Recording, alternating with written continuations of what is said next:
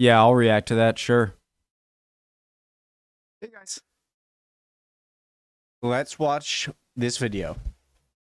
Preemptive like, original link to the video, top of the description. Hope you guys are doing well. My name's Connor. If you are new, Dave in Portugal. Let's do a preemptive sub too.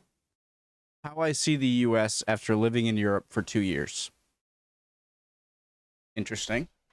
I don't really have any much else to say, guys. This is my first video of the day here. That rhymed. Almost two Let's check it out and let's see what I have to say here. Almost 2 years ago, I took one of the biggest risks of my entire life. Oh, I wanna feel something. I just wanna breathe again. Dive into the deep. I sold everything I owned, told my family and friends goodbye, and started a new chapter in Europe, Portugal to be exact. Damn it! This is how I see the US after living in Europe for almost 2 years. Just right out of the bat, I have an enormous amount of respect for people who can do that. I don't think a lot of people can, just get up and take that giant risk. So right away, whether it was a successful decision in his eyes or not, I think that takes a special person, or it's, just really brave. And let's just say it changed me, but not in the way I thought it would. I'm going to be brutally honest and not going to hold back. Keep in mind these are only my opinions and you can take it or leave it, simple as that. Ever since the first time I had visited Europe back in 2011, I knew that I wanted to move here at some point, gain some new perspective and introduce a new culture into my life.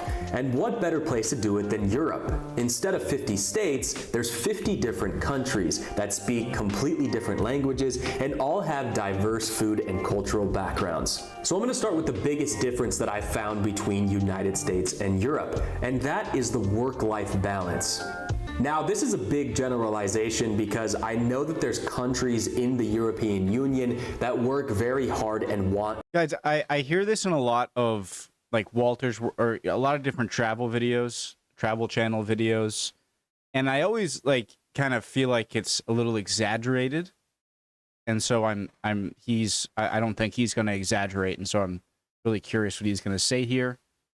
With work days and much more casual approach to just time in general. Everything to be perfect. Germany. But for the most part, it seems that one of the most important things to Europeans is their quality of life. There is this generalization that a lot of Europeans don't work as hard as Americans, and I don't think that's completely true. Many cafes and restaurants in Europe have the same owner from the start to finish. They never retire. They do the same thing with very exceptional quality until the day they die. And this isn't something that happens too often in the United States. This is one of the reasons that I think in Europe, the food quality generally tends to be a bit better, even the fast food. The European fast food tends to still have fresh ingredients if they aren't the franchises from America like McDonald's. Even McDonald's, I noticed, because, going over in Europe, it's sort of the last thing you want to do is like, oh, really, we're going to go to McDonald's to get some food quick, when that's like the most American fast foody thing, you're in Europe.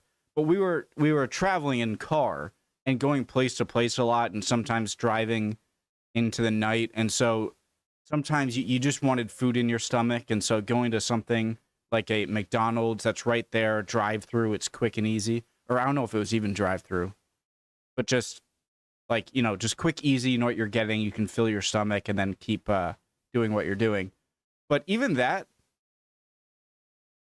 there was this McDonald's in Austria.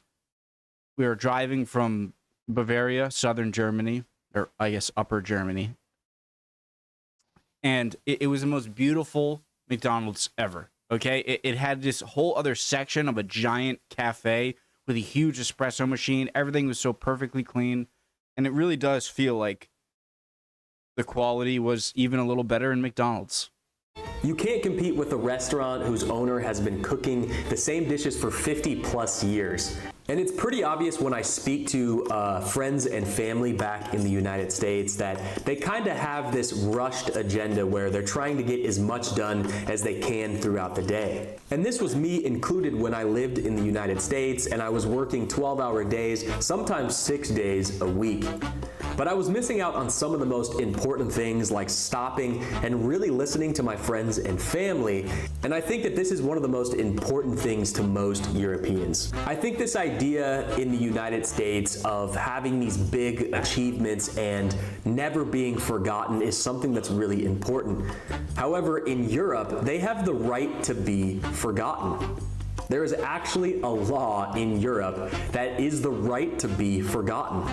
Now, this is a foreign concept that I don't think Americans think about a lot. In Europe, if you've had an imperfect past, the European Union allows you to move past that. And this also means that in Europe, people have the right to have their personal data erased once the personal data is no longer necessary to the organization collecting it. While in the US, Like your search history? forcing removal of articles on the internet is impermissible under the First Amendment. Now, after living in Europe for almost 2 years, I have come to the conclusion that the United States is currently in a state of toxic extremism. It's not very common in Europe to hear people arguing about politics, blaming unrelated issues on opposing political parties or specific politicians. It's just something That's the American way, okay? Just blame everything on the other side. issues on opposing political parties or specific politicians. It's just something you don't really hear that often. Guys, the most worrying thing is that I'm seeing like a religious, like politics is starting to resemble religion in my eyes.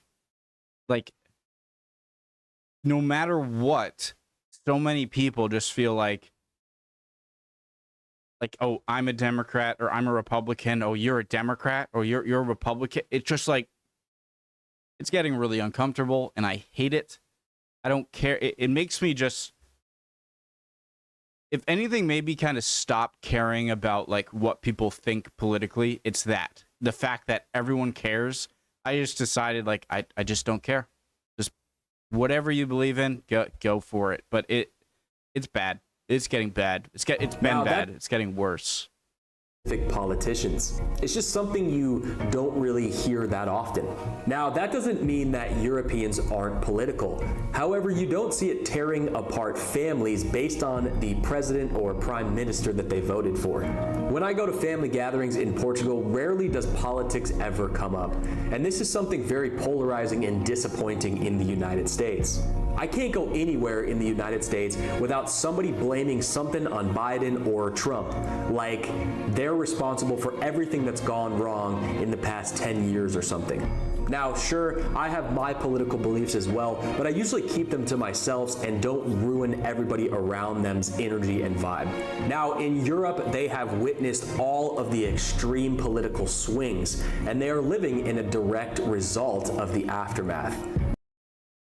Like what he said, just like if anyone is that person in the group who just like, oh, classic Democrats, or like, oh, wow, Republicans once again, it's just like, oh, we were having a good time and you just had to. And it's almost like you're looking for a fight, okay? Like it's like, oh, classic. It's like, ah. Which is why they are a little bit more hesitant and seasoned when it comes to political matters. If you come from a place in the United States like Detroit or Flint, Michigan like I do, then safety is a night and day difference here in Europe. Especially Portugal, which has been ranked one of the top 10 safest countries in the world. After living in Europe for 2 years, I've been able to let my guard down and not be as paranoid. Especially when I'm walking around alleyways at night or going to see a movie or going to a festival, I don't have to worry about the place being shot up. It's very sad, but this is a true reality in the United States. And in the USA, wealthy people have moved to the suburbs in gated communities because they fear the inner city's rising crime rates. And I can't help but to think That's pretty cool. That they. I wonder where this is. This almost seems like a man-made waterway and because they fear the inner city's rising crime rates. And I can't help but to think back in times when I lived in Los Angeles where I was robbed at gunpoint, or when I lived in Reno, Nevada and our family house was broken into multiple times. And sometimes it makes me apprehensive to come back to visit the United States. And if you've ever had a gun held to your chest, I'm sure you can sympathize with what I'm talking about. I've not, but after being in Europe for a couple years, there are few places that have violent crimes like the United States. Europe is certainly not a perfect place, and you do have crimes happening here. However, nowhere near the scale of the violent and gun crimes happening in the United States, a place where you can be attacked in the streets for your beliefs. And that concept to most Europeans is completely foreign. Now, I know that prejudice exists here in Europe. However, I have never heard an ethnic or racial slur ever yelled on the streets like I have in the United States. And that should say a lot. All right, now let's talk about the food. Unless you have the financial means to do so, you are likely paying 4 times for gourmet foods in the United States, where in Europe, these foods are just the normal. In America, fresh, healthy food is usually sold at a premium where only the richer people can afford it. In my opinion, this is a crime against humanity. Here in Europe, they subsidize the agriculture so that it can still be sold at an affordable price. And more than half of the GMOs and chemicals available in United States foods are illegal in Europe. Typically in Europe, teenagers speak multiple... Subsidized healthy food is fascinating and something I could never imagine. It's kind of sad. That's something that I can never imagine in the USA. Not to say that it would be awesome, but it's a sad reality. I'm just that would never happen, and be like, oh wait, that would never happen. Why do I have that thought process? Oh God. Different languages. They're well versed in fine arts and music, and they understand world geography. Generally, just much more cultured than what I see typically. Hey, I'm pretty good with world geography. All right, don't toss me in that boat. But I definitely probably. True.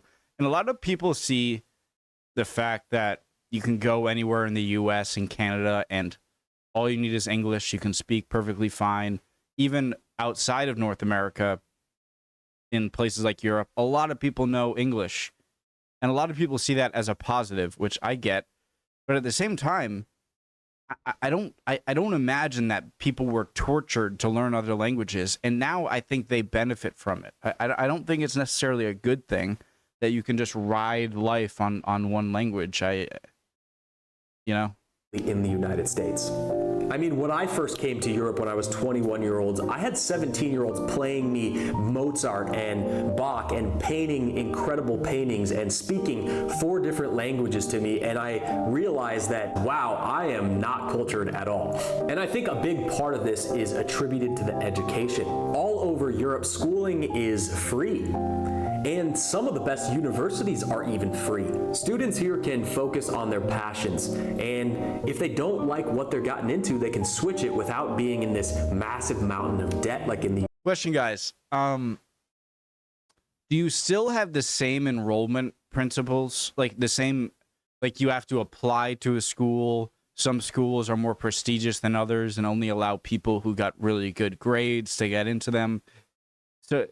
This idea of the reality of free education in Europe makes me think you can just walk into any school. Hey, you want to go to college? Just walk into the classroom. It's free. When I'm assuming that's not the case, and I'm assuming you still have to enroll similar to U.S. colleges. Anyone? United States. Students in Europe can focus on their passions, and if they made the wrong decision and don't like the career path they're taking, they're not in mountains of debt like they are in the United States. They don't have this strong pressure to continue to pursue something they don't want to do. That was the most frustrating part of education for me, is that college is just seen as something as a logical step. This is just me, but I think a lot of Americans, it's just the logical step. It's sort of like acting like after middle school, are you going to go to high school? Well, of course you're going to go to high school. There's no thought about it. But the thing is, if it's a public school, which a lot of great public schools, You just go. There's no repercussion. But then when I'm 17 years old and you graduate high school, there wasn't really a like, should I go to college? It was just like, yeah, I'm going to college. And you don't even think about the money. You don't. Well, no. Of course you do. Sorry. Let me rephrase that. Of course you think about the money, but you don't think of it as a like, I shouldn't go. It's like, no, you're going.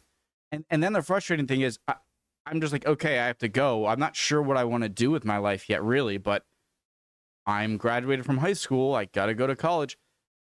And then just like you said, like I went in, I felt pretty confident, and I'm going into these certain like scientific fields. I think I want to do it, but then I realized that's not my thing, and I'm not as good as I thought. But now, well, you already took all the classes. You're tens of thousands of dollars in debt, and you just took a bunch of classes that are going to have no bearing on what you now want to pursue. And that was extremely frustrating. Absolutely. I'm sure there are a bunch of different factors, including me not really just understanding what I wanted to do, but I hate it.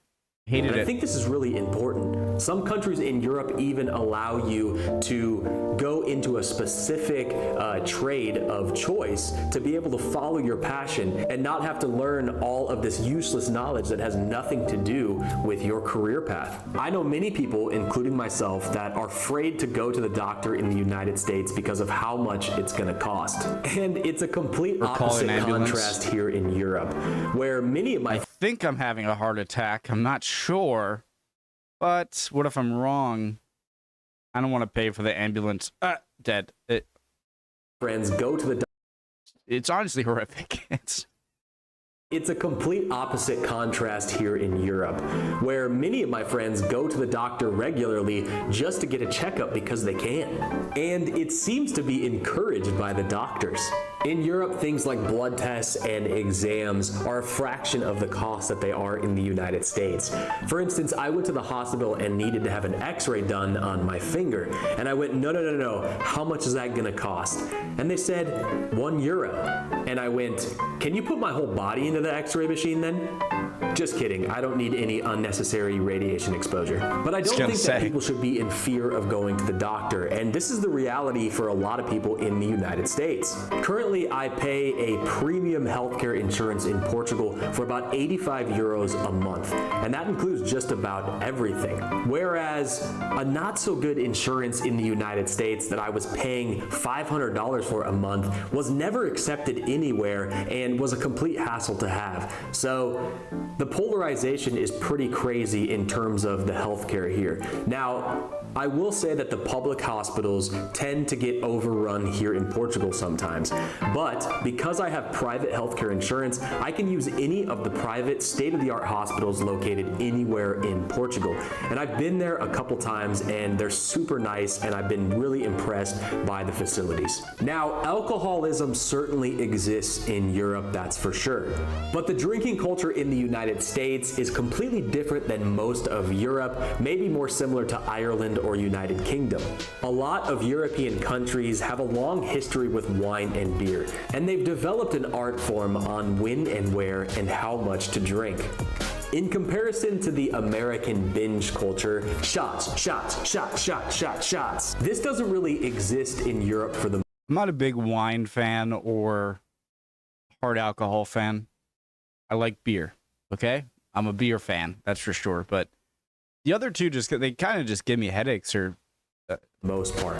In fact, it's very rare to see people taking shots, and if they are, they're these little baby shots that are half of what they are in the United States. I feel like in the United States, it's encouraged to get wasted and get super drunk, and people brag about these experiences. But in Europe, you don't want to be that guy. Don't be that guy stumbling through the streets. They will think you are a complete idiot. Do yourself a favor and don't be that guy. But how I see the United States now is not all negative, and there are some things that I took for granted while growing up. All right, he said idiot, and I'm sure he obviously meant to, in like the most college freshman bro way. Idiot. One of those things is the American dream. Now, a lot for granted while the United States now is not all negative, and there are some things that I took for granted while growing up there. One of those things is the American dream. Now, a lot of people said that is dead, but I believe the spirit is still very alive and well. The concept of entrepreneurship is not as popular here in Europe as it is in the United States. The United States is a place where people have a dream and they can move that future forward. And I have to credit that optimism for the entrepreneur spirit that I have today. And I never realized how truly American this concept was. And I would not be where I'm at today without this hustler go-getter mentality. And I have to give massive credit to the United States for that. I think a lot of times in Europe, it is this foreign concept to have this grandiose dream where you can live in financial freedom and retire early.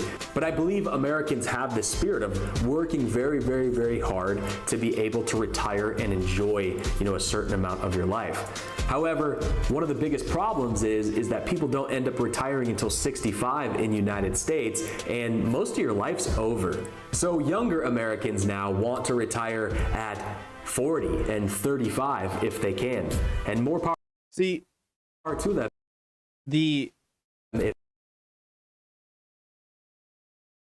It seems like the European approach is try and infuse your life and your work in this sort of healthy balance so that, you are working clearly, but you're also enjoying your life through all of your years. Whereas the American attitude is more like, no, like all the time you're going to be working, it's going to suck. So you got to make as much money in that sucky period as possible to have a not sucky time after. Yeah. Whereas like the European approach seems much more like, hey, I love the spirit, man. And maybe 0.01% of you will achieve that. But like, instead of this like, do it, attitude, it seems like a more healthy approach. So yeah, sure. Maybe in Europe, you're going to have less people who hit it big on Bitcoin or something. No, just like hit it big and then have this flashy lifestyle and then not. But they're also not going to have the enormous amount of people who have that kind of depressing lifestyle trying to make it big and never do. And then you're 60 years old and it's like, my entire life sucked. What happened? And the European approach is like, yeah, maybe it's not that fiery, like, go, go, go, win, win, win. But at the same time, it's like, just because you're working doesn't mean your life has to suck. And so chill out, work, and relax. And that seems like a much more healthy symbiosis, marriage of work and pleasure than the American one of like full throttle kind of going, if that makes sense. If they can figure out how to do so. But after painting these generalizations with such a wide brush, it's important to mention that there are countercultures and micro-communities all over the United States that also criticize many of the things that I mentioned in this video. There's an America that I love and miss so much. But of course, there are truths to the stereotypes or else they wouldn't exist. But at the end of the day, honestly, I'm just trying to have an open, fun conversation. And that's one of the beautiful things about living in the free world. Let me know in the comments below what you think about this. Am I just trying to put everybody into a box, or is there so much more nuance to all of this? Either way, I will be continuing to make videos all about Portugal. If this is something of interest to you, make sure to hit the like and subscribe button. This is some guy named Dave in Portugal, and we'll see you next time. So many of these people in these travel videos are just great people. And I think that has a message to it there. But I love when people, I'm not saying you have to make up stuff to make Europe sound worse for me in order to have me believe you. But if you only give me pros to all of this stuff and don't, and like there are no downsides, then I'm gonna be skeptical. But if you are giving more of like the, well, yeah, this happens too, but still overall it's much better, then I can get on board and I'm interested and I want to know. But, you know, yeah, and just everything he said was really interesting. He has way more travel experience than I do. I have the few anecdotes that I have that I can point to. And I know that's very limiting for me to give whatever, but really cool video. Love y'all. Hope you guys are all doing well. Would appreciate any comments, like, subscribe, and hopefully I'll see you next video, okay? Bye, guys.